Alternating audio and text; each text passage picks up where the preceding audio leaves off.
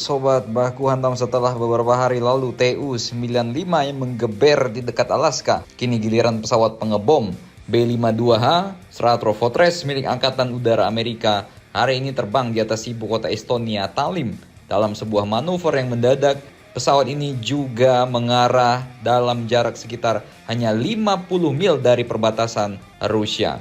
50 mil itu jaraknya hanya sekitar 80 km dari jamban-jamban Putin. Ya tinggal ngepot dikit ya masuk itu bos ya kan. Mungkin B-52-nya sambil bilang ya, B-52 nih bos, senggol dong ya kan, disenggol S-400 nangis.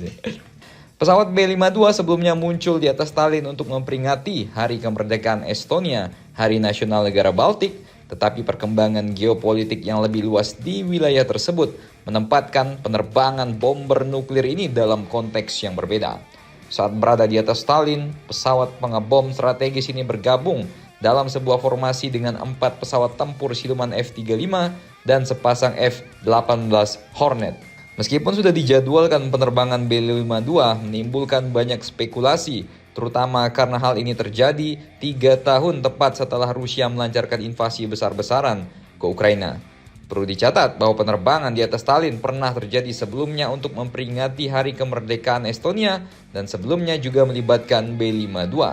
Di sisi lain, sinyal penerbangan ini jelas tidak dapat sepenuhnya diabaikan, terutama di tengah hubungan yang kembali membaik antara Amerika Serikat dan juga Moskow dan antara Washington dan NATO yang semakin ngeri-ngeri sedap. Sejak Presiden Trump menjabat, ya memang Eropa kini dicuekin dong oleh Trump. B-52 dari wing bom kelima dari pangkalan Angkatan Udara Minot, North Dakota adalah salah satu dari 2 yang saat ini berada di RAF Fairford di Inggris sebagai bagian dari pengerahan rutin Satuan Tugas Pengebom.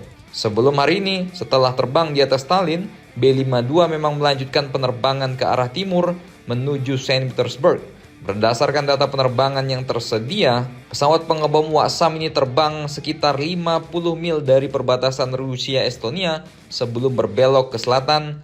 Melanjutkan perjalanan pulang, B-52 ini terbang melalui Latvia dan Lituania sebelum menyeberang ke wilayah udara Polandia melalui apa yang disebut sebagai celah Suwalki, yang membuat pesawat pengecerotan Amerika ini hanya berjarak sekitar 10 mil dari Belarus.